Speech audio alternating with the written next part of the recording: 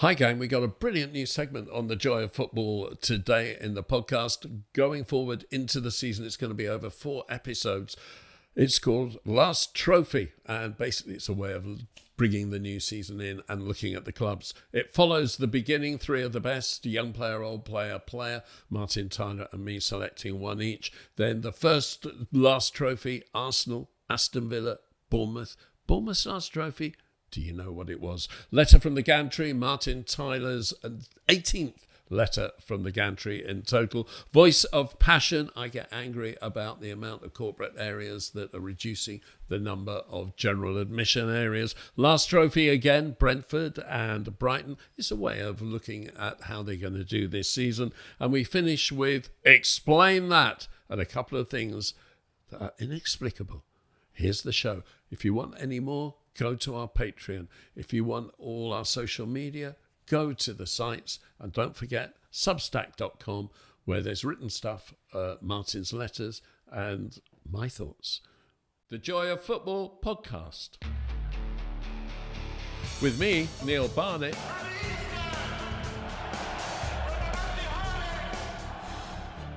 And with me, Martin Tyler. Looks Rashani! Ready! Aguero!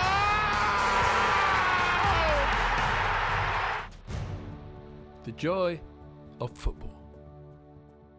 Hello, it's pre-season, but the joy of football talk, our addiction is timeless, so that doesn't matter. Martin Tyler, the greatest commentator in the world, and me, Neil Barnett, are with you for the 20th episode of The Joy of Football. Let's dive straight in. We're going to start this week with 3 of the best because we want to. So, Martin Tyler, 3 of the best. And he makes them pay. So, 3 players, young player, old player.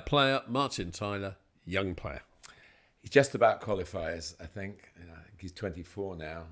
Emile Smith-Rowe, who has just left Arsenal, where for many years, and I think many Arsenal fans thought that he was going to be, one of those players that's going to make his entire career at the top level with the Gunners. But he's been badly hit by injuries. The last couple of years, he, I think, got the last of his England caps maybe in 2022. So the last 2 seasons have been very difficult for him. And I suppose there's an element of a homegrown player being sold for profit and the Arsenal boardroom and then the accounts department. But I think it's good. It's a good move for Emile, who needs to play regularly. He's going almost closer to home, I think. I have to do the geography, but the Croydon De Bruyne, he's now in southwest London. So Fulham. At Fulham. And he's done, I think that's good business for Fulham. Looking forward to seeing him fulfill his potential because he is, you don't get nicknamed a De Bruyne without being a very good player. What do you think is his best position? Well, that's probably a good question. I would say he would, in some way, be an attacking midfield player, whether that means playing off one striker or coming from a wide position. But he's really capable of doing pretty much anything in the opposition's half of the pitch, I think. I don't think he stints on the other side of the game. I think it's a really good signing. And you just, when you've watched as many footballers over the years and seen the career patterns and watched them from being now some of them granddads that I started when I started commentating on, you do follow that pathway with interest, and some get lucky and some have all the talent but never quite the physique to make that talent really count. I don't think that's a question with Emile. I think he's just been lucky, and it's a very difficult team in the last couple of years to get back into, and he's been substitute a lot of times, and he did get on the pitch quite a few times last season. So, but I think Fulham could really build facets of their play. I don't like saying you build a whole team around one player, but certainly the attacking facets of their play, I think, will be vastly improved by getting him. So good luck to him. Yeah, he's another of those players who between the ages of 21 and 24 just didn't move up in the way that he would have hoped. So he's got some catching up to do. I think that's in the fitness stakes. And of course, whether that's an ongoing problem, we'll have to wait and find out. But I hope it's not for his sake. Well, my young player has yet to face that. It's Hendrick, who's joining Real Madrid, leaving Brazil at the age of 18. You confused me with this, of course, Neil, when you told me before we started. I thought you were talking about Jeff Hendrick, Who would be an old player. Yes, who's just, I believe, just been released by Newcastle, hasn't he? So. Who was at Burnley for a long time. Yeah. No, Republic of Ireland International, good player. Yeah. Endrick, centre forward, banging in the goals, although he's been blown hot and cold in the Brazilian league. He's banged them in for series of games and then had series of games, quite long droughts. But my point is, what's going to happen at Real Madrid? He's not going to get in the team at 18, especially now they've signed Mbappe. They found a way of playing last season that suited their best players. So they had two up in Rodrigo and Mbappe, who both pulled wide the whole time. And they had a midfield diamond, but at the point of that diamond, Jude Bellingham. And of course, with no centre forward, there was always the space for him to run into. Now, you would think that by signing Kylian Mbappe, that will continue, and that Mbappe will do battle with Rodrigo and Vinicius for one of the two places up front. Or will Carlo Ancelotti come out with a new shape in order to suit his players? Will he go 4-3-3 maybe, with Bellingham as one of three midfielders now that Toni Kroos has gone? But the point is, if he doesn't do that, there's not a natural place for Endrick even coming off the bench, because Bellingham doesn't really want a centre forward there, and that was one of the differences playing for England to playing for Real Madrid in the Euros, is there wasn't always the space to run into that there often is at Real Madrid, where he got his 19 league goals. But a lot of those were in the first half of the season when his position was adjusted after that. I think at Jude Bellingham's stage of his career, he'll be happy to play wherever Carlo Ancelotti wants him to play. Yeah, and he's probably capable of playing just as well, deeper, and driving his team forward. But Endrick, I just worry that he's going to get the time that he needs in order to develop. And I just think now, more and more, the big clubs are trying to sign the teenagers and bring them through. And it's hard to be brought through at big clubs. It's hard to get your opportunity. So it's a really good point, Neil, because I think one of the things that the clubs that maybe we call feeder clubs, they don't want to be seen as that, but one of their policies is to go to talent that they know is going to go on to an even higher level, is to say, just give us one more year. It'll be good for you, but it's good for us as well. And I would imagine, I think maybe Palace got a year out of Michael Olise by doing that, and maybe they'll be trying the same with Mark Gay to try and get him to play one more season, and then you go at a time. I mean, we're not talking about teenagers here, but we are talking about players on that development pathway. Yeah. So maybe you're saying maybe he should have stayed for another year before signing. But if they're not going to ask in a year's time, what do? You know, if you're in a player's position, I used to do a television show called Icons on Chelsea TV once a year. And the first one I did was with Gianfranco Zola, Pat Nevin, and Frank Lampard. And we were talking about the new way that youngsters don't play anymore. They join the first team squad, but they don't play.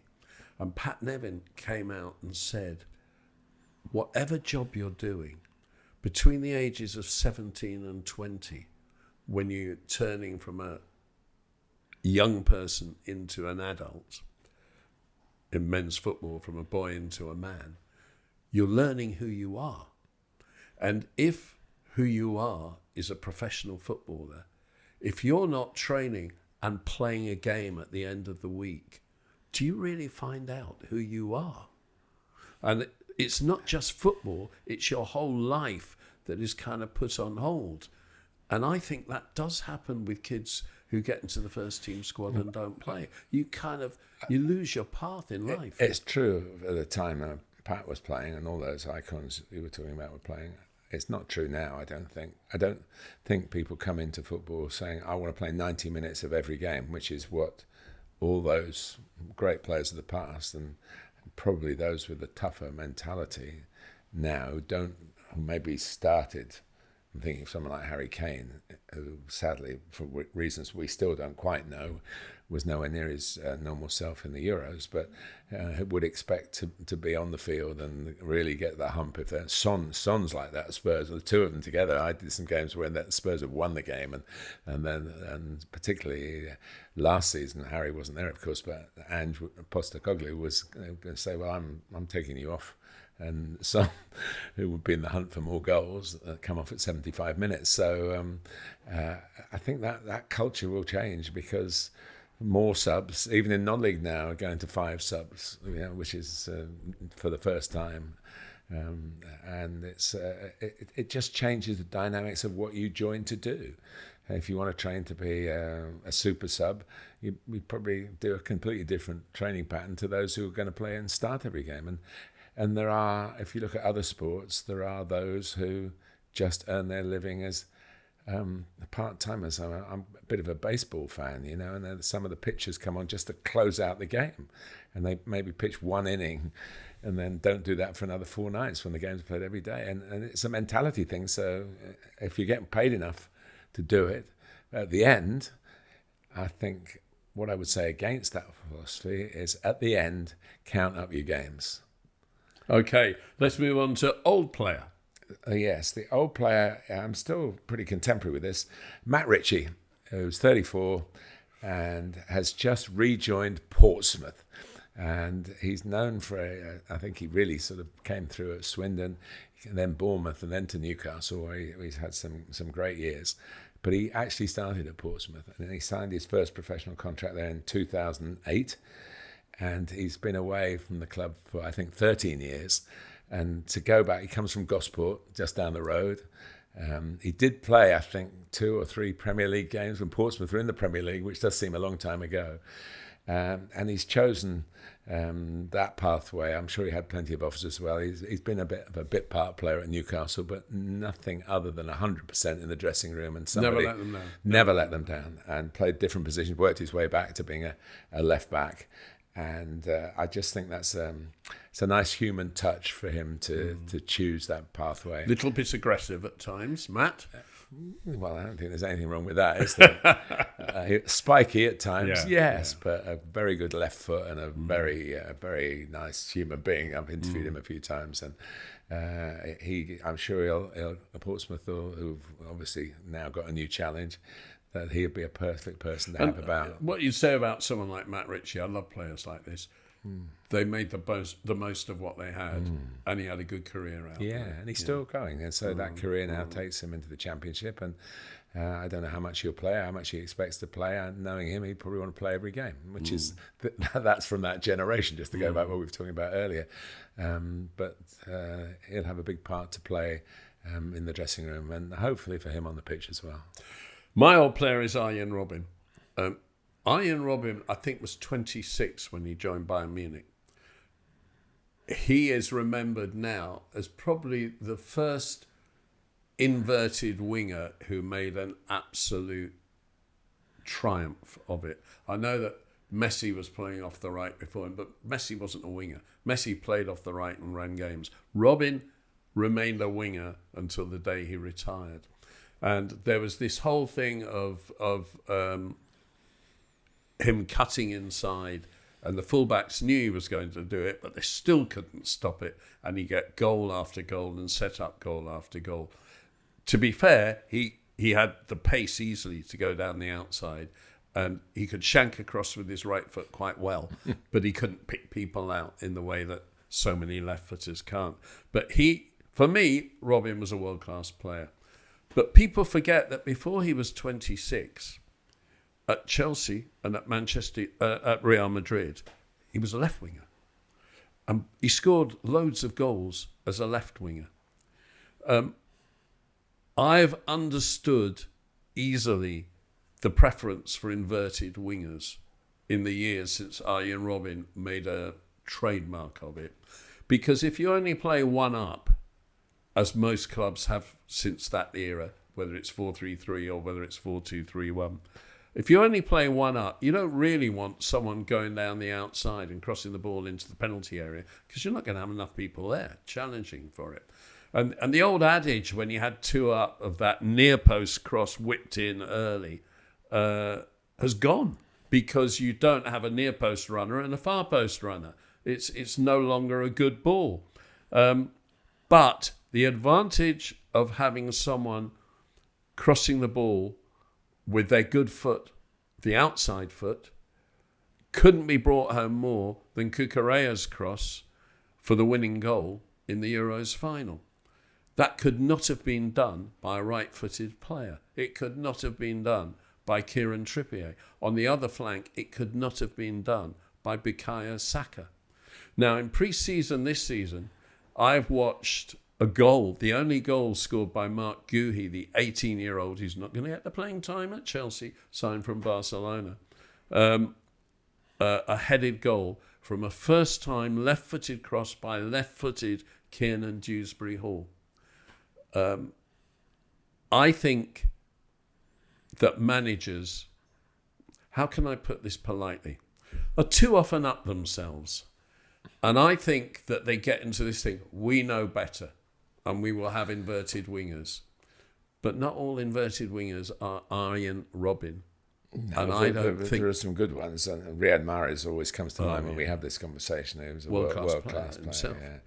And scored the winning goal in an Africa Cup of Nations final, never mind all the stuff he did for City. Everybody knew he was coming inside to shoot. But he did. And to be fair, Saka's goal ratio doing that thing is terrific as well. So, I'm happy for Saka to do it in a 4 at the back, just not with England for a 3 at the back. And I'm not happy for the fullback to have the wrong foot, which is what England had at left back, which is why I wanted him moved in the Euros. It was more to do with England than to do with Saka. Well, it comes back to why there are no centre forwards anymore, because you're not, the goal you're talking about, Cucurella, was a pass. It wasn't a cross. No. It was a pass, but it was a first time ball from wide. Yeah, but it was a pass into a player who was available to receive the pass, and Oyarzabal scored a very good goal. But my argument, the ball to the far post when you are only one, where do you make your run? Where do you make your run? That's why I understand it. But my argument is that Robben, cutting in from the left wing up until he was 26, still was getting 10, 11, 12, 13 goals a season. And that was despite missing most of the season because he was always flipping injured. But he was still getting double-figure numbers of goals in the season because he had the ability to strike the ball on the run across the goalkeeper or to the near post with the foot, with his outside foot. And it wasn't a problem. And I think that too many people playing on the inverted side are actually giving less to the team than they would played on the other. But we've talked about it with the no centre forwards, and that's the reason why, because players, as you say, can make one run. When it's traditional way, the way I was taught the game, we were playing up front. There's 2 of you. One goes to the near post, one goes to the far post. And that if you're not there, you're out of position. So we'll be interested to see how Fulkrug at West Ham gets used, whether they'll follow your principle and getting right footers on the right and left footers on the left to get the ball into the box, because he's dynamite if the crosses come in. It's a good debate, but what goes around comes around, and maybe we'll see the evidence. It's a theme we can keep up with, I think. And to be fair, Andros Townsend at Luton didn't play wide.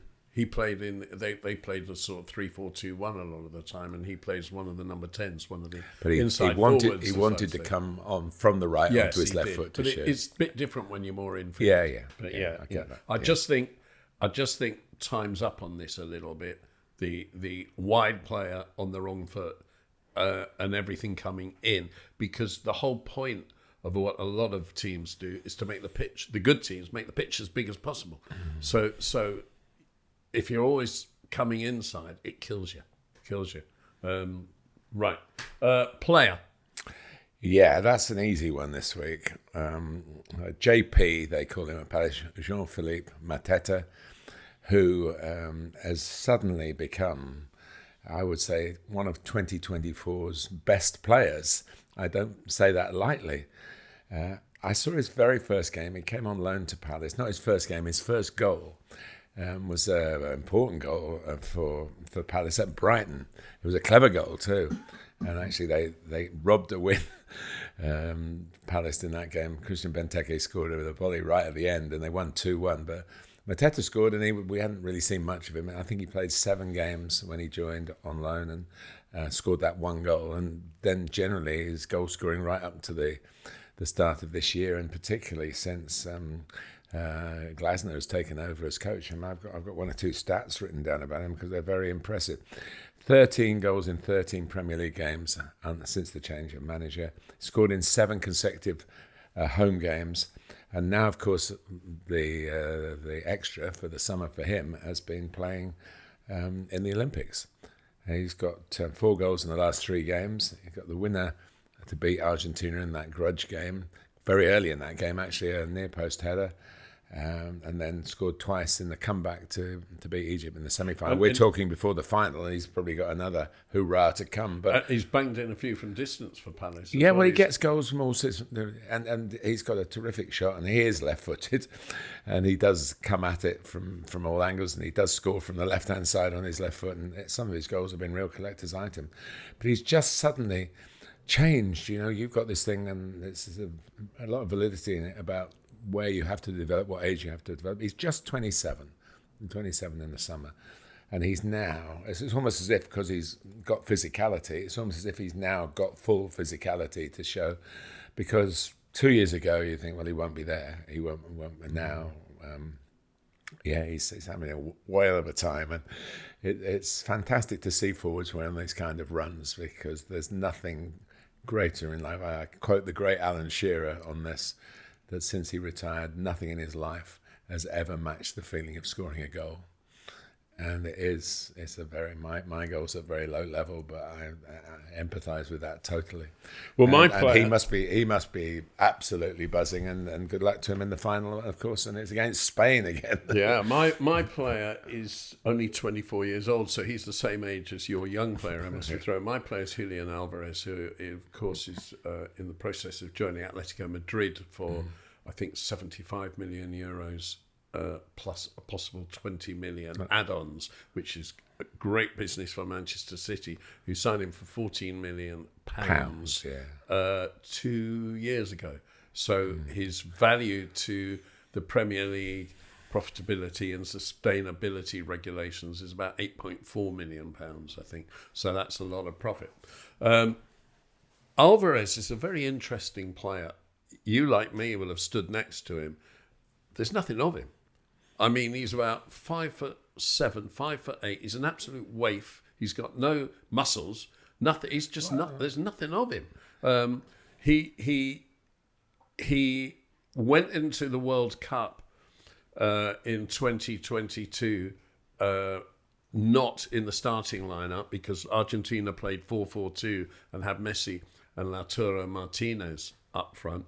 Martinez didn't have a good World Cup. He came in. He was excellent all through the World Cup. He and Enzo Fernandez came in, and that was and Alexis McAllister. Yeah, all of whom have now, Premier League. And he had an excellent World Cup, and he was a deserved winner of the World Cup.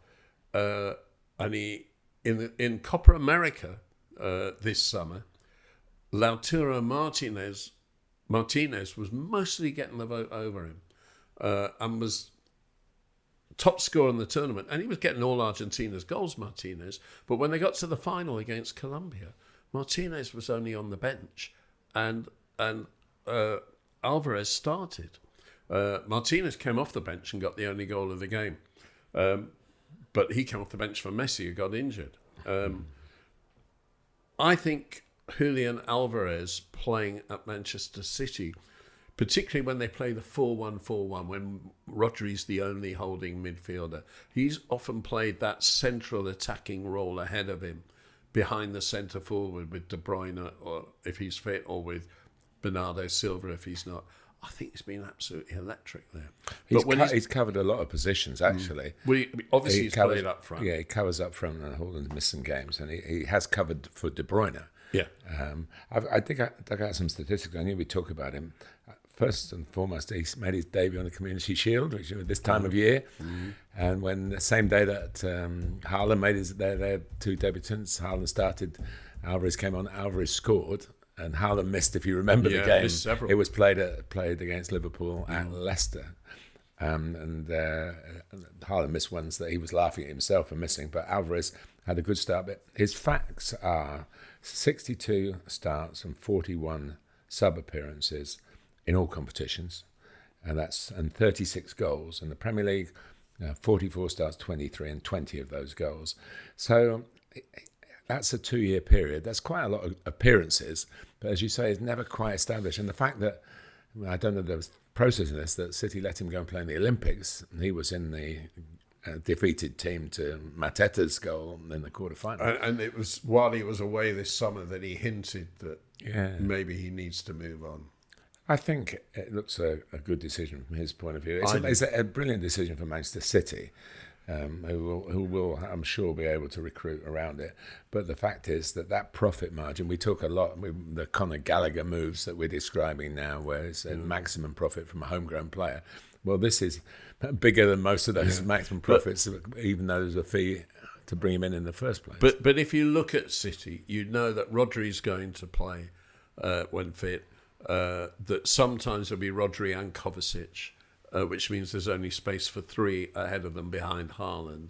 But even if it's just Rodri, you know that if everyone's fit, selected ahead of him would be De Bruyne, Bernardo Silva, Foden, Doku, probably Grealish. I'm not sure Doku, and I'm not sure Grealish. And now they got Savinho, they've signed as well. That'll be interesting whether Savinho gets a leg up the ladder by this move happening. We'll have to wait and see. But I think he's done 2 very impressive years, like you, and I do think it'll be one to keep an eye on, whether he'll really kick on, playing regularly.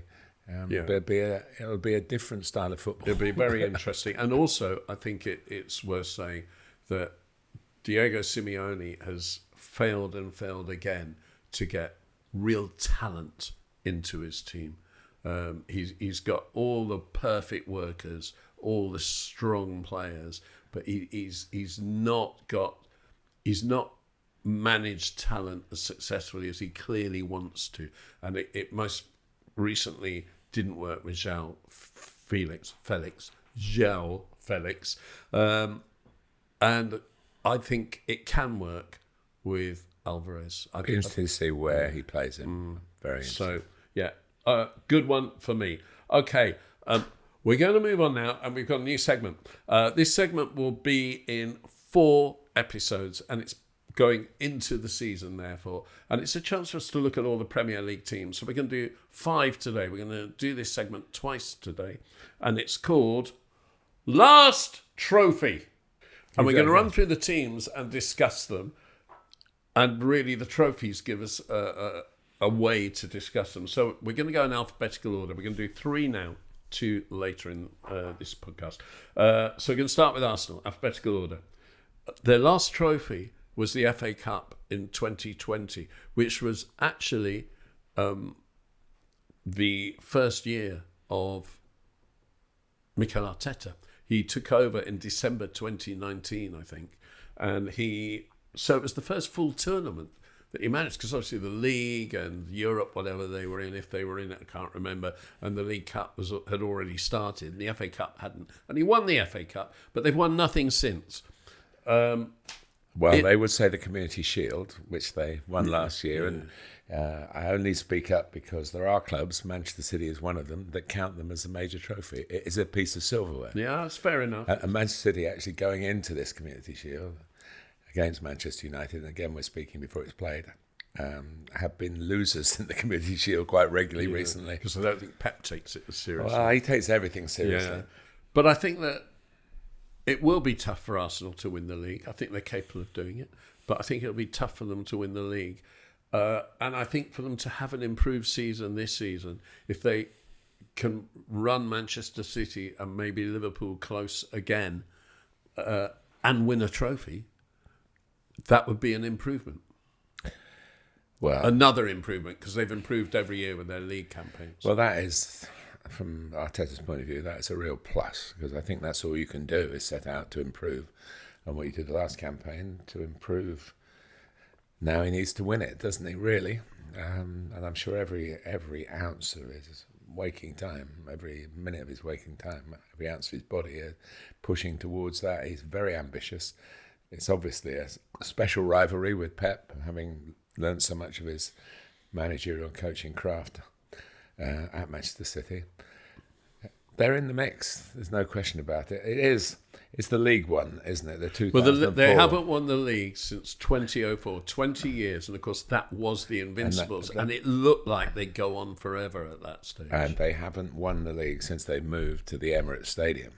Which was 2 years later. 2 years later, it was absolutely that. 2 years later, and do you think it is the ground? Do you think there is an issue with what's now called the Emirates? Well, I think it becomes an issue as time goes on, because it looks like a lot of people around Arsenal Football Club, including the players, I spoke to Thierry Henry at length about it, didn't want to leave Highbury.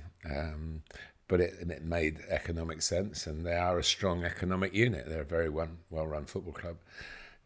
But it's just a factual statement. Well, one other thing, their last European trophy was the European Cup Winners' Cup in 1994.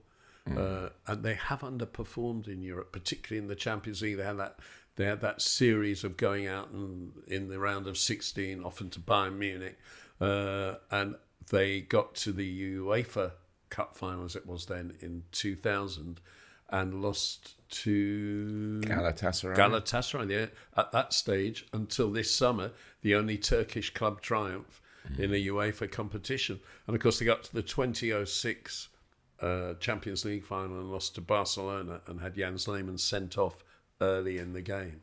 I've worked with Alan Smith, who we hope will be a guest on this podcast very soon.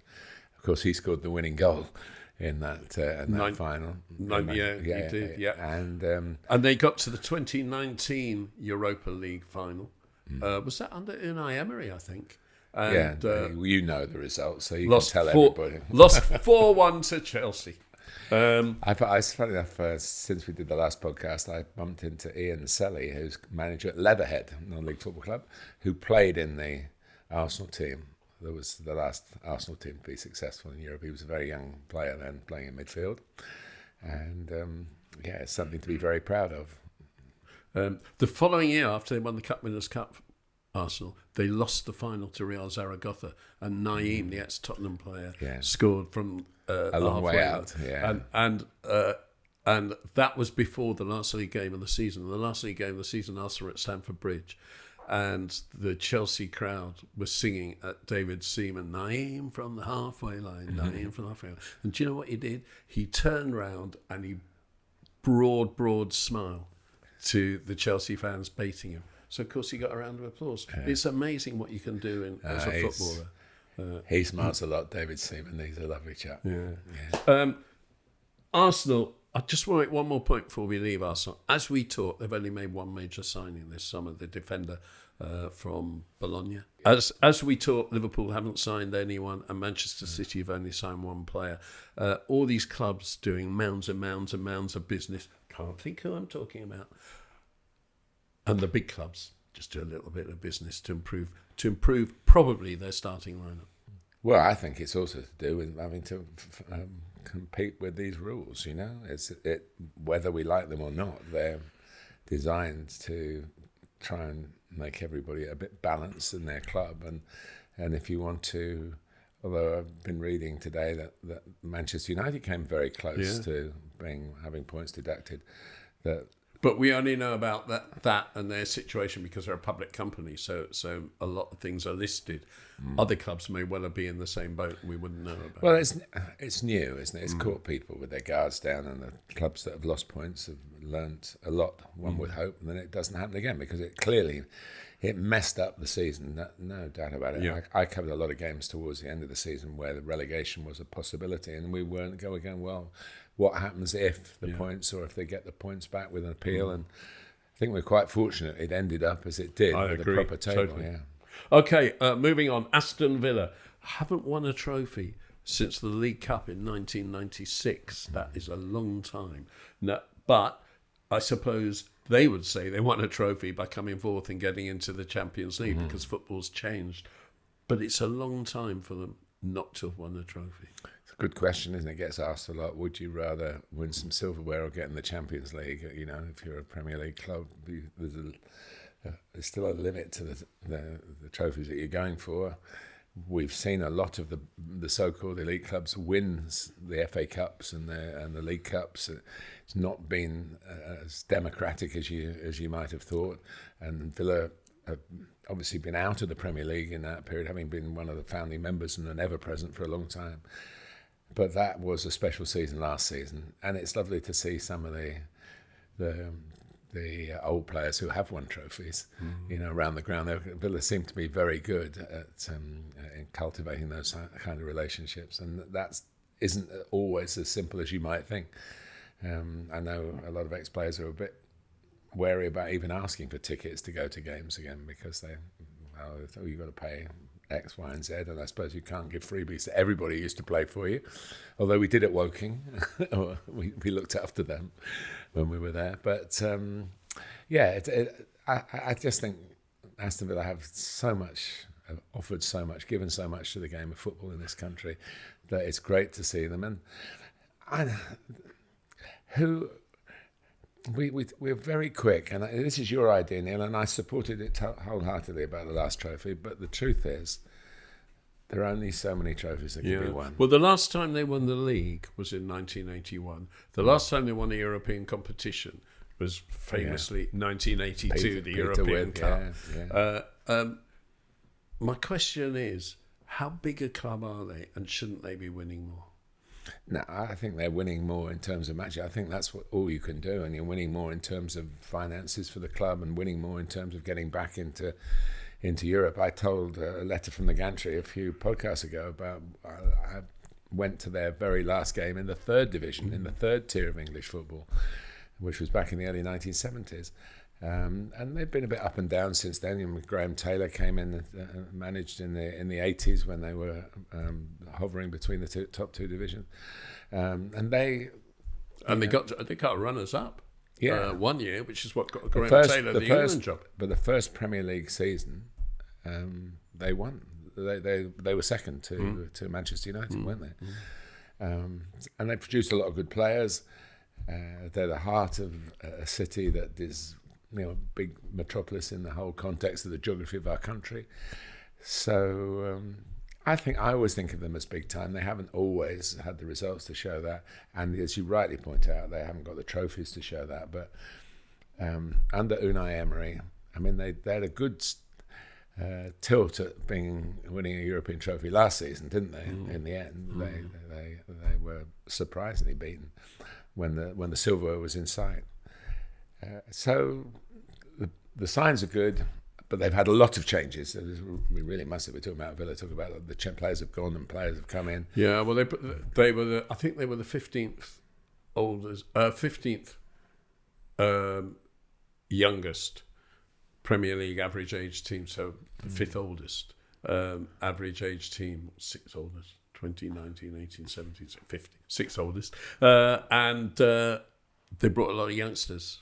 One of the oldies, Luca Digne, has turned down today. This is again on the context of when we record the podcast. Turned down a move to Fenerbahce, I think. Yeah. He wants to stay and he wants to be part of it. And now whether he's going to be part of it with the newcomers, it will be fascinating to watch Villa because it really is certainly half a new team. And to see how wise the buying is and how much is business and how much is to improve the team. Bournemouth. A bit of both, definitely, I think. Bournemouth have not won anything since the Championship in 2015, but boy, they've had a good time since then. They've never won a domestic cup. Their best ever cup run was just to the quarterfinals of the FA Cup in 2021. Their best ever league finish was 9th in 2017. It is a miracle. If you've never been to Bournemouth, you don't know what you've missed. It is a miracle that they're a Premier League team on a regular basis. What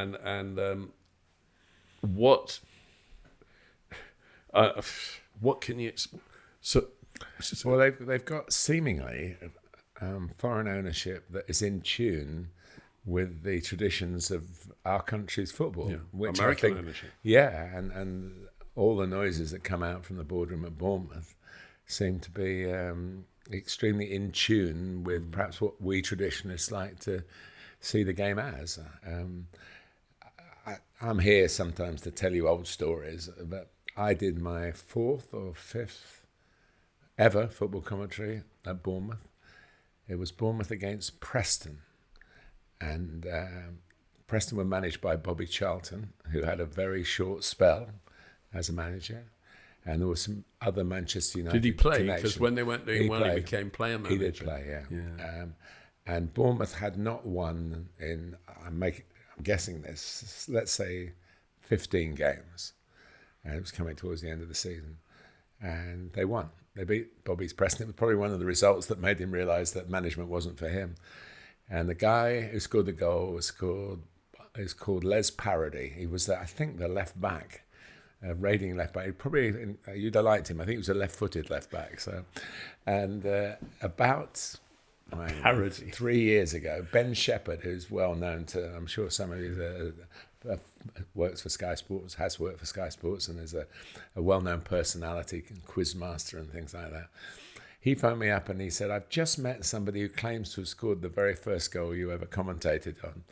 And it was Les Parody. And I said, well, it wasn't the first, but it was in the first season.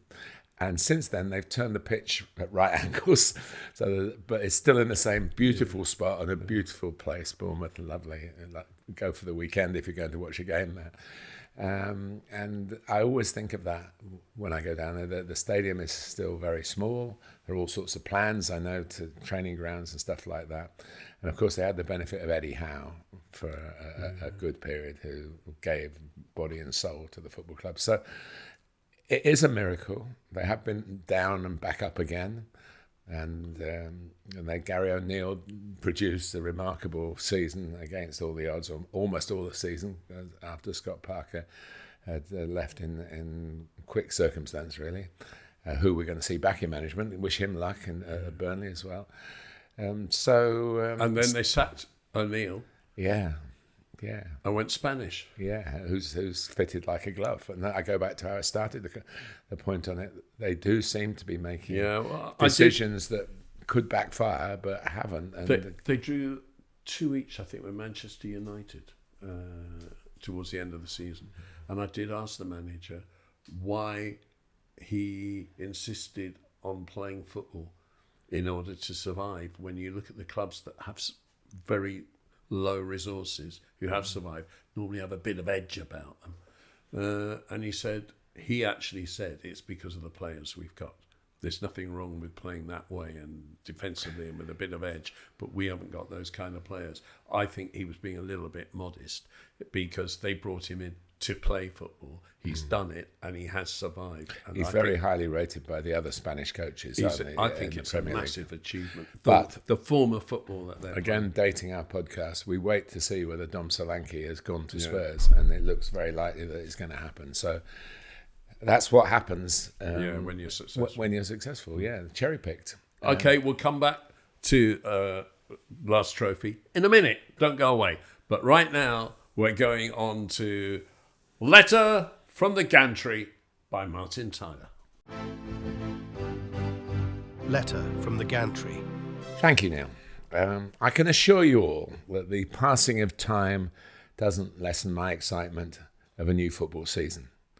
Watching the rolling out of the new signings, seeing what the designers have come up with in terms of tweaks to the traditional kits, particularly the numbers on the shirts, analysing how fresh faces in the dugouts will impact on the greatest game in the world, it never loses its appeal at this time of the year.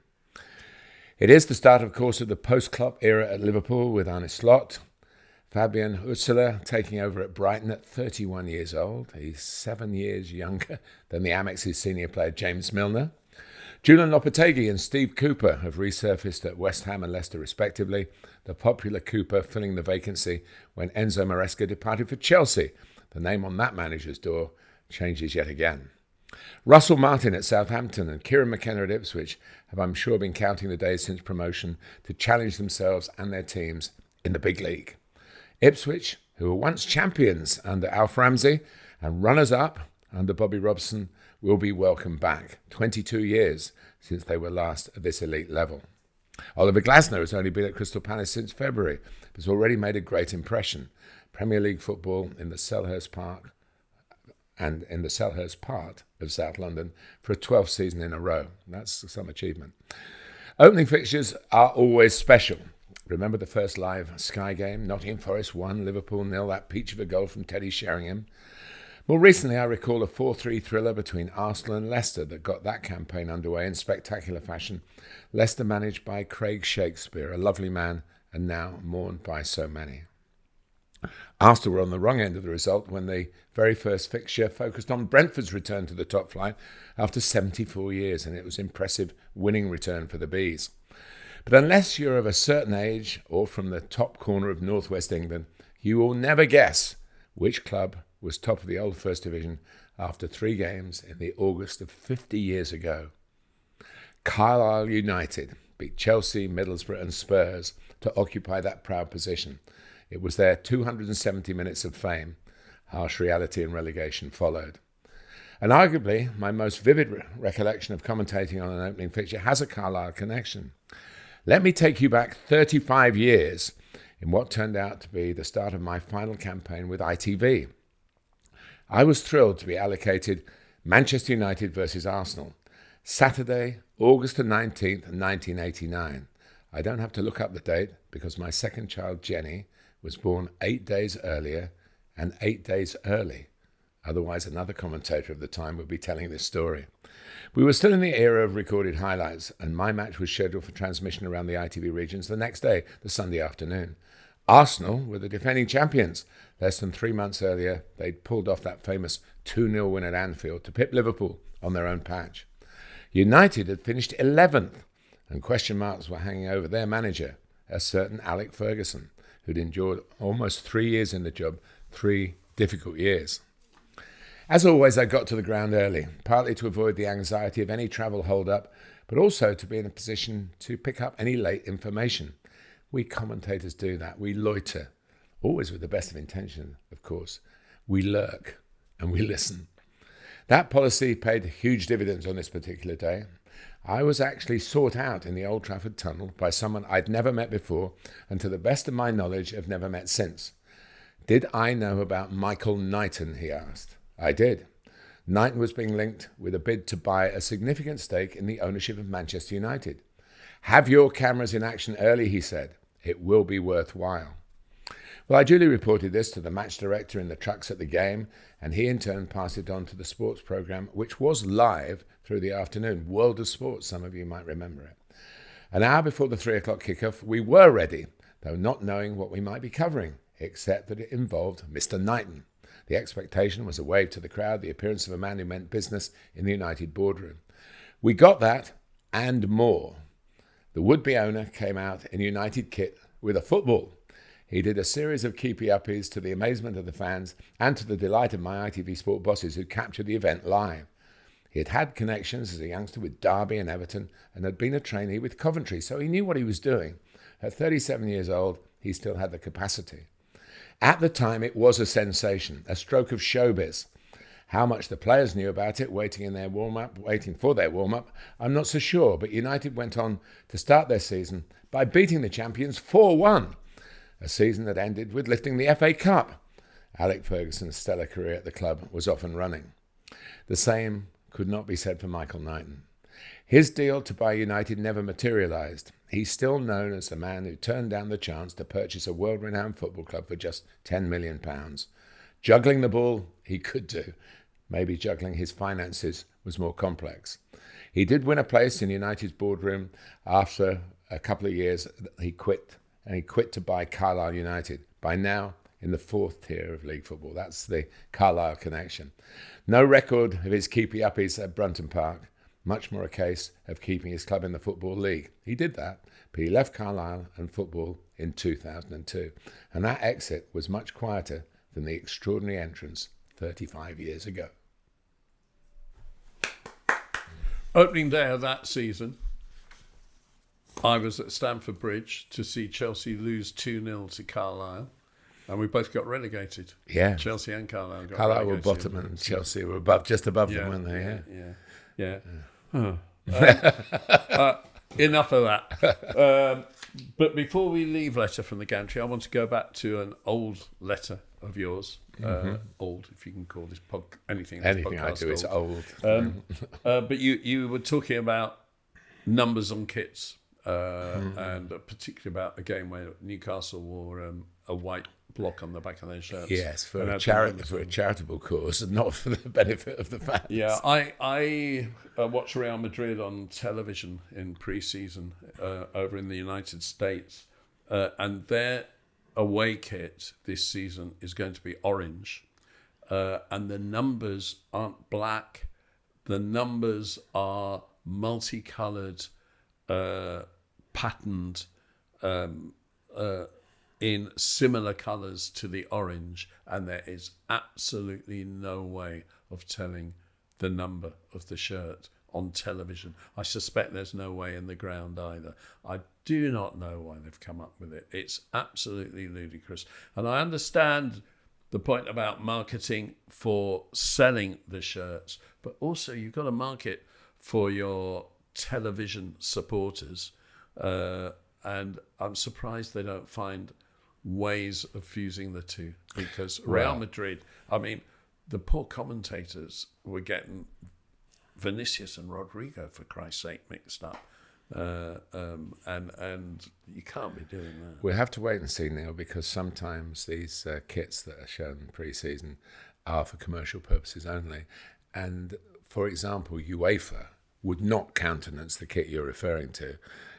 Newcastle in the Champions League last season had to wear the patch with the number on, but we couldn't persuade them to do it in the Premier League, and they have the final say on that. So I think it's a point well worth coming back to, should the first time that they clash away from home in the La Liga produces that. But the numbers will be different if they have to wear it in the Champions League games. Brilliant. Okay, moving on to Voice of Passion.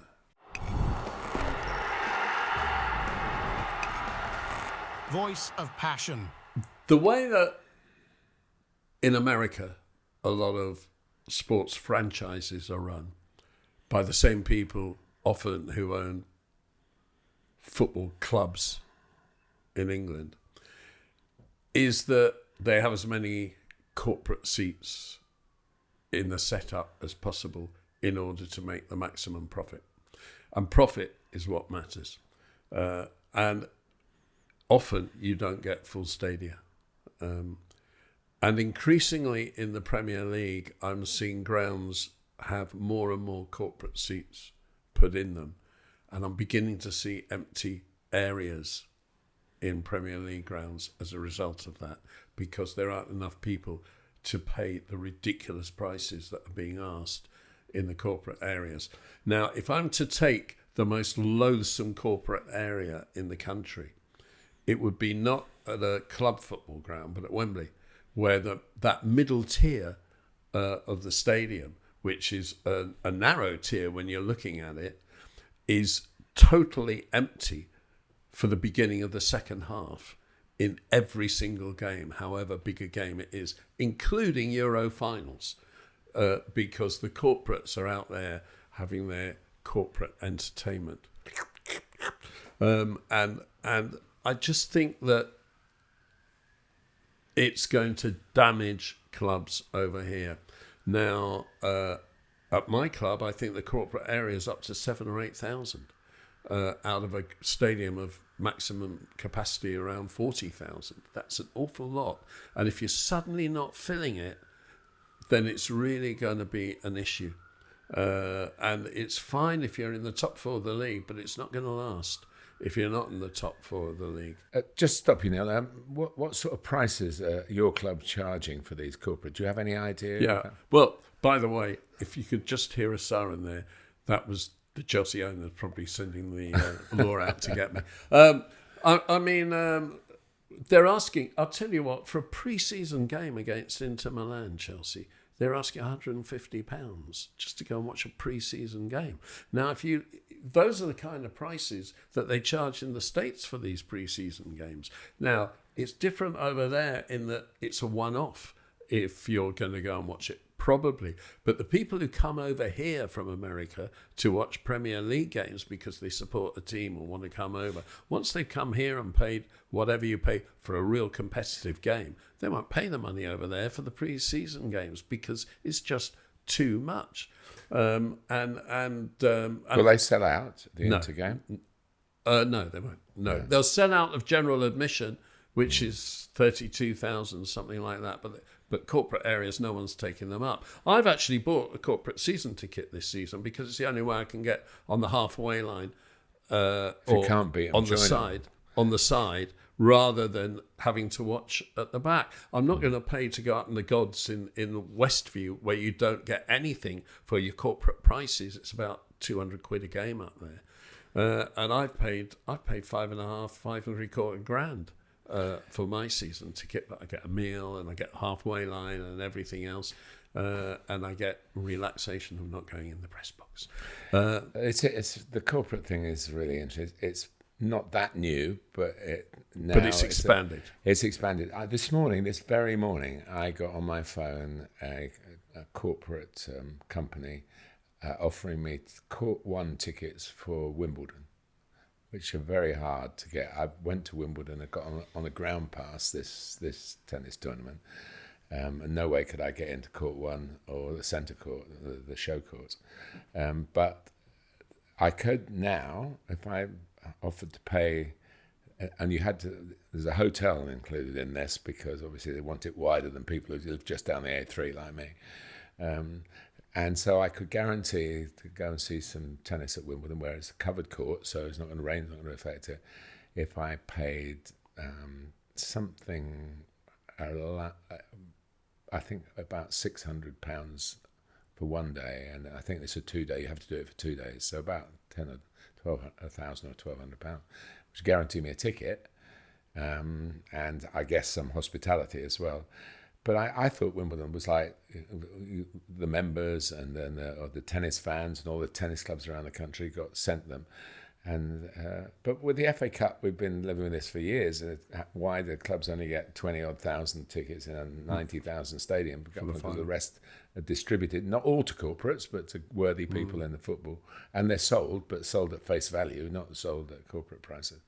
So it is something that is the problem for people like you and me is we've lived through different times with different business practices, some of which were very suspicious, I'm sure, and we don't necessarily like this, which is it favours the rich. No, but what is important is if you come in and buy a football club because you think it's a good investment, don't change the DNA of the club because it is that you invested in. And if you change it because you think it suits your financial requirements, you will get it wrong. You will get it wrong because the supporters will oppose you, the football people will oppose you, and you'll just get it wrong.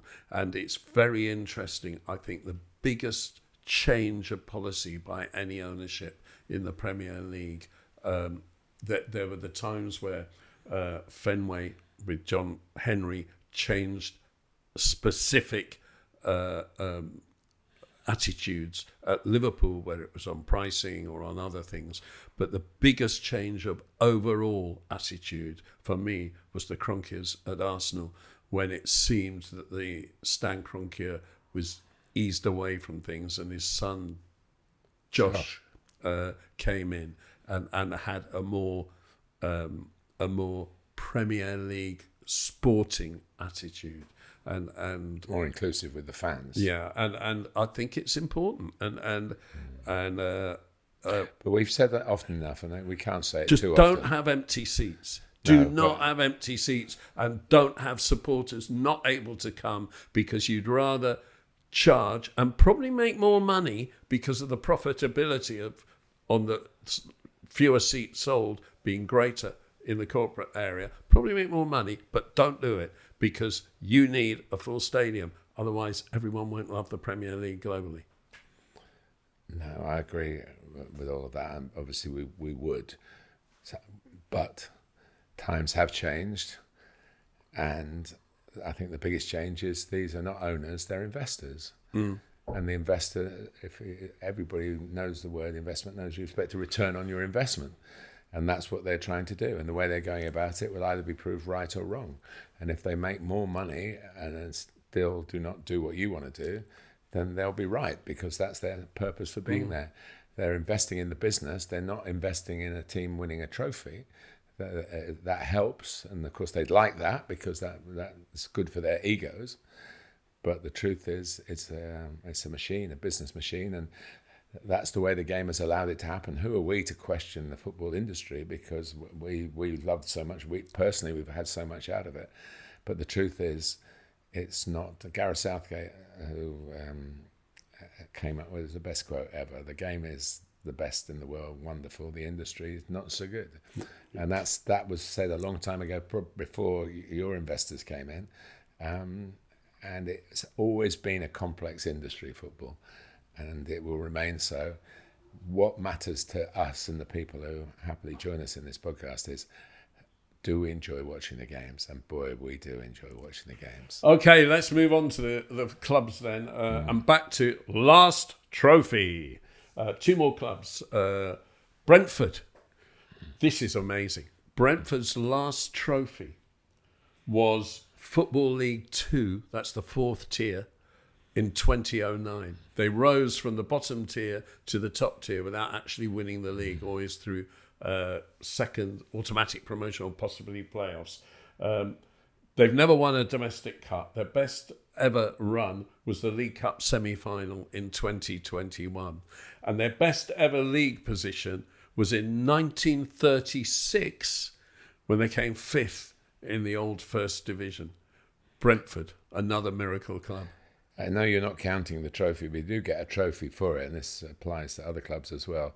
If you win the playoff to get in the Premier League, you do get a trophy for that, which always seems very unfair on the team that finishes second and doesn't get a trophy. But it makes the occasion that much more dramatic, and I can see it. And it comes into the envelope that Arsene Wenger opened for saying that you should get a trophy for qualifying for the Champions League, because it's an achievement. It's a massive achievement. But Brentford are special. I mean, I think 2 years old the last time that they were in the top division of football until the last 3 years. So they were never going to be. It's like that Carlisle experience we talked about earlier. But Brentford have sustained it a little bit. And again, whether you don't get silverware for it, but you do get the fruits, quite ripe fruits of being a Premier League team. And every season that they do it, and they've got an example. The next club, the last club we're going to talk about in this podcast, have shown that you can do it. You can do it for a longer period of time. But it is it's a strange thing, I think, in many ways, being a football fan. You support an elite club. It wasn't when I started supporting. No, but they are. You accept that they are an elite club now. The last couple of years have been complex. So they do. What did they lose? 2 of their last 20 games or something? Oh, and they sacked their manager. What? The rest of football, we don't support elite clubs. In fact, what we'd probably like to do as fans, and I'm not speaking as a broadcaster here, not by any means, but as fans, we like to see the underdog win. And the representation of Bournemouth, Brentford, Brighton, and there was Burnley in there. They might be B-rated clubs, and they're B by the letter of their names, but they are special to the mix that makes it such an essentially British way of looking at things, because it doesn't happen in other countries. You talk about America a lot, but I mean, I've been quite a lot in the States, and I'm a Yankee fan. Well, where do you live? Well, I live in California, but how can it's all the image and how the sport is portrayed. But to go to, I don't know. I went to Leatherhead v Crystal Palace this week. 500 people there. They all really cared about football. And Leatherhead won 4-1, which was great for Ian Selly, who is relevant. There is a connection to what we're talking about. So I think there are a lot of people who are different to you. I know you've been through that period where Chelsea, second division team and all that, and not going anywhere, bankrupt almost. So you've had a few ups and downs. I'll give you that. You haven't been at the top all the time, that's for sure. You have personally, but not not the club. There were a number of years where I used to entertain Americans over here, just because they used to listen to my radio show. Is this respectable? Yeah. And one of the things, if they got in contact because they're coming over to watch football, I always met them. And I used to give them a little tour of London as well. And do you know what they most got excited about on a little tour of London? Was seeing the Emirates Stadium, Arsenal, because you're in a residential area and you just suddenly come across this huge edifice that doesn't belong there. Tottenham's the same, isn't it? Now, Not to the same degree because of the area around it. Depends which way you approach it from. But Arsenal is almost hidden away, except it's so huge in the residential developments around it. Well, they're not developed. A lot of them are old. And Brentford is the same. Brentford is a new stadium. And if you've never been to Brentford and you don't know where it is, when you get there, you probably won't find it. You won't find it. It's incredible. All the time. I've commentated there a few times now. And you have to remind yourself. And if you go wrong, you end up going down the M4 and you end up in Swansea.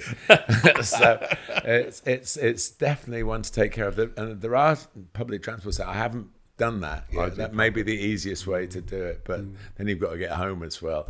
But now it's like they've just sort of... The big spaceships have landed at Arsenal and Tottenham, but this is just like something like a TARDIS has just come down. It's in the middle of some new commercial developments. And when you're in it, you don't know it's there. No, you don't know it's there. You can. There must be something that would prove us wrong on this, but I can't see where you can see it. Certainly not at ground level. Amazing. So, Can Brentford survive again? I hope so. That's all I can say. Thomas Frank, top draw.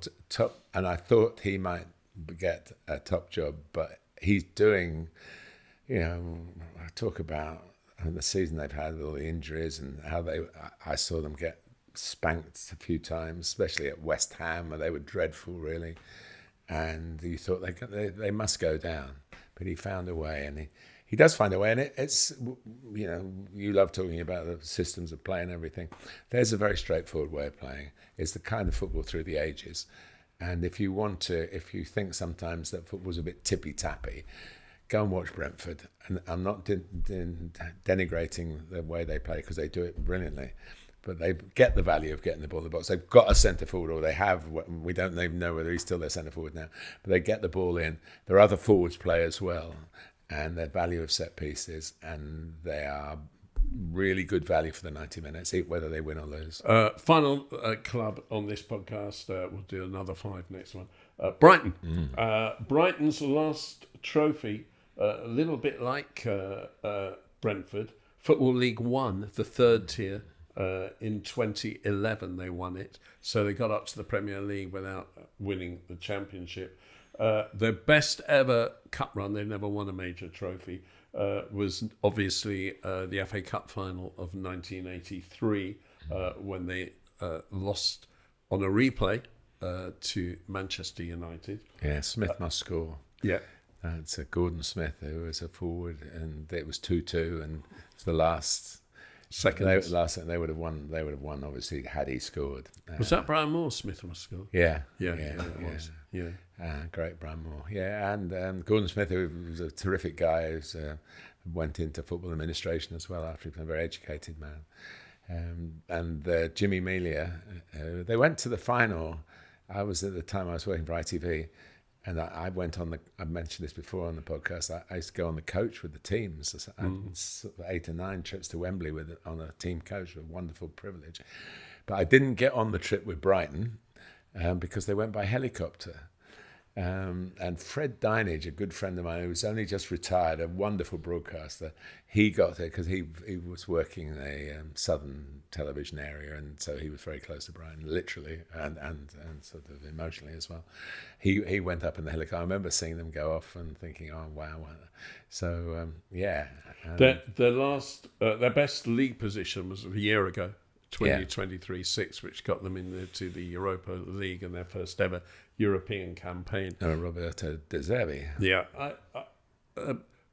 Brighton were homeless for many years in the 90s. They played at an old athletics ground which had one stand, maybe two stands. Yeah. It was like a school With Dean Stadium. Yeah, it was like a school thing. That was hard to find. And they well, played in Kent, in Gillingham. Yeah. You know, Sussex to Kent. which is 50, 60 miles away from where they're. And the Amex Stadium, which they now have, another American connection, the Amex Stadium, which they now have, is a 30,000 capacity and a mighty fine stadium. It's a few miles outside of Brighton, but they run shuttle buses to it because And there's a railway station, Falmer Railway Station. in English Stadium we don't have the big car parks with the tailgates beforehand. So it's hard to get there. But they're well set up now, Brighton, and they're run not by Americans, not by overseas people. They're run by Brighton supporters. Yeah, and Owned by Brighton supporters. And the same model as Brentford. In fact, two men, Mr. Benham and Mr. Bloom, who were partners, fell out and went to their different football clubs, and they have a model which involves talent recruitment, database stuff, algorithms, and it has produced this kind of success. So it's different, and it is quintessentially English, but it won't turn them into the clubs that are owned by the big investors. No, it won't. It won't. And that is an attitude that you've got to change if you want to do that. I agree. They've lost De Zerbi. They didn't have a great league season because obviously they didn't qualify for Europe again. I think they still had a great season. They had a lot of injuries because to get to the quarterfinals of the Europa League in your first European experience, I mean, what fun. What fantastic times for the Brighton And De supporters. Zerbi tried to break the mould, it seems, and go outside the algorithm. And quite rightly, they said, well, we can't, much as we love you and love to make it happen for you because you've done so much for the club, but we can't do it because we're putting everything at risk. So do you think that they'll be okay this season? I don't know. I mean, with a new young boss, it'll be a test, but he'll get every support up to a level of their recruitment. They'll find other players like Mitoma and Enciso and people like that who come in and from nowhere. And Caicedo, who obviously has come to your club and made the club a lot of money. Yeah, McAllister. And that's the way it is there. And Brentford are the same. You know, Ollie Watkins, people like that. Esri Konsa. Neil Maupay, many of them have all gone on, and that's part of the algorithm, really. So it always puts David Raya. The latest. Yeah, he's now gone to Arsenal as on a permanent deal. It's that's the frustration.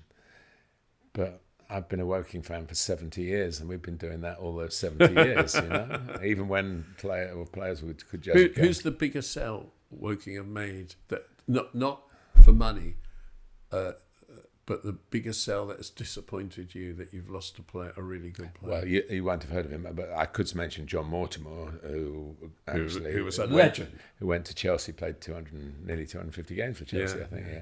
Who was in the Woking team the year before they won the Amateur Cup at Wembley. He left the year before, and his brother Charlie captained the team at Wembley on his 30th birthday, and we won 3-0.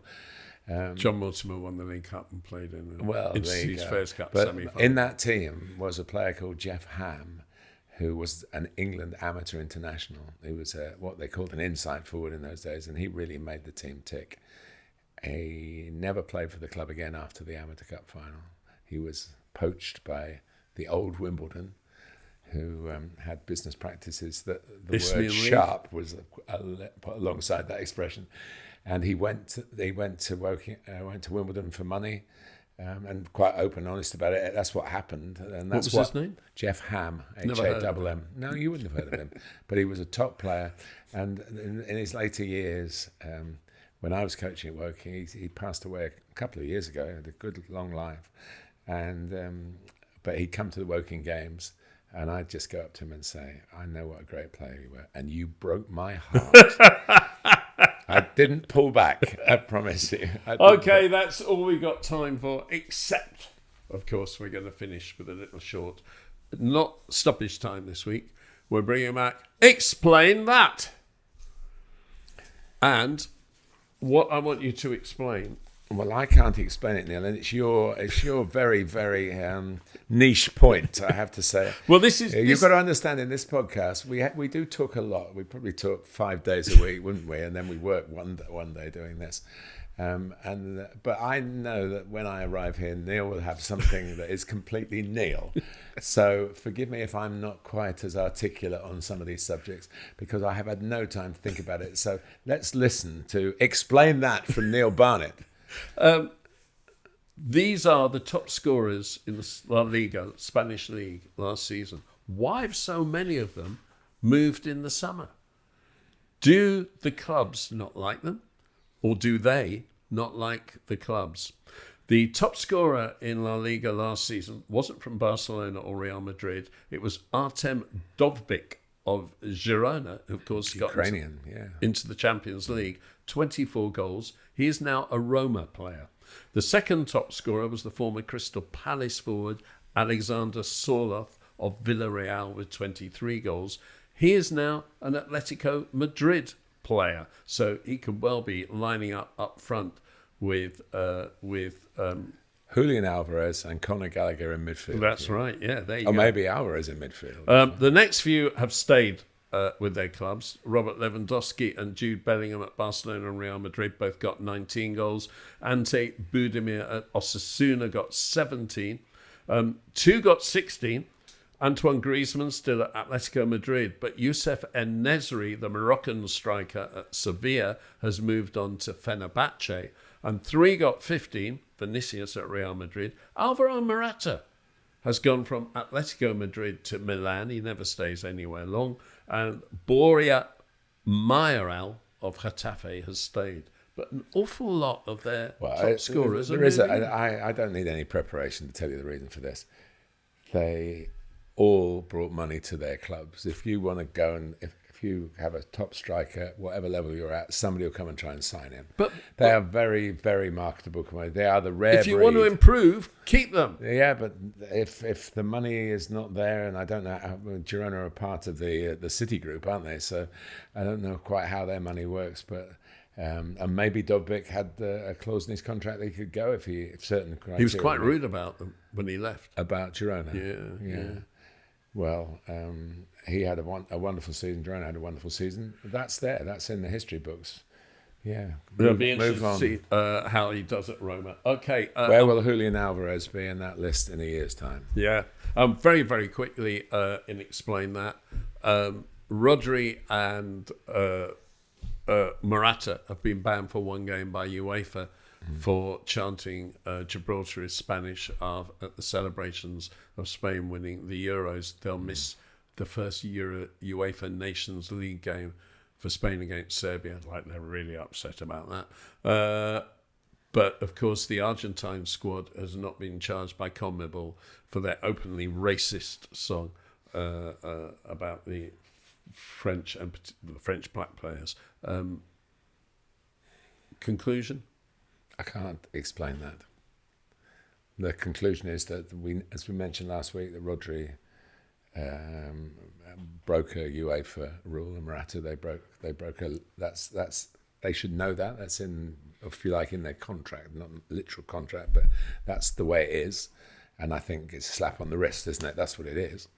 The others, this is more than just players being out of line and out of tune literally, and out of tune with the politics of the rest of the world. This is more a cultural thing, and if the Argentine players have got the backing of their country, which they seem to have, then the CONMEBOL have to address the of Argentina football, and I'm not sure that they'll be brave enough to do that. They've got a world champion, haven't they? You've got to look after your assets, so to speak. But we move on, and Fernandes has been given some responsibility now with Chelsea, which I think is a good thing. It shows, in a strange way, that maybe he is privately recognising that he's got to grow up a bit. The apologies seem to be accepted from his Chelsea players. As I said last week, and I repeat it, the only thing about it, it could be forgotten now, I think, or we can never forgotten, but moved on from, if Enzo Fernandez had come out and said, I'm going to an awareness course, not just writing a cheque. I don't think it would have been too hard to do that. I know there's a language problem. His English isn't very good, but I think somebody could have interpreted for him. And just to say, I'm going to do that, and even use it in pub and have pictures of him doing it, I think would be a wonderful message to a world where we don't want any of this, these anti-songs. Hear, hear. We'll be back in a week's time from Martin and me. Till the next time. Sure. Thanks for watching and listening. If we get enough viewers and comments that really like today's show, Martin and I will move to another podcast, just like all those Spanish goal scorers. Don't forget the Patreon, because there's all sorts of stuff on there. And, of course, you can get more involved with us. If you don't want to get more involved with us and just watch the next episode, we do it pretty much weekly. Do that. Substack.com for the written stuff. That's called The Joy of Football as well. Anything else I can tell you? The season starts soon. I can't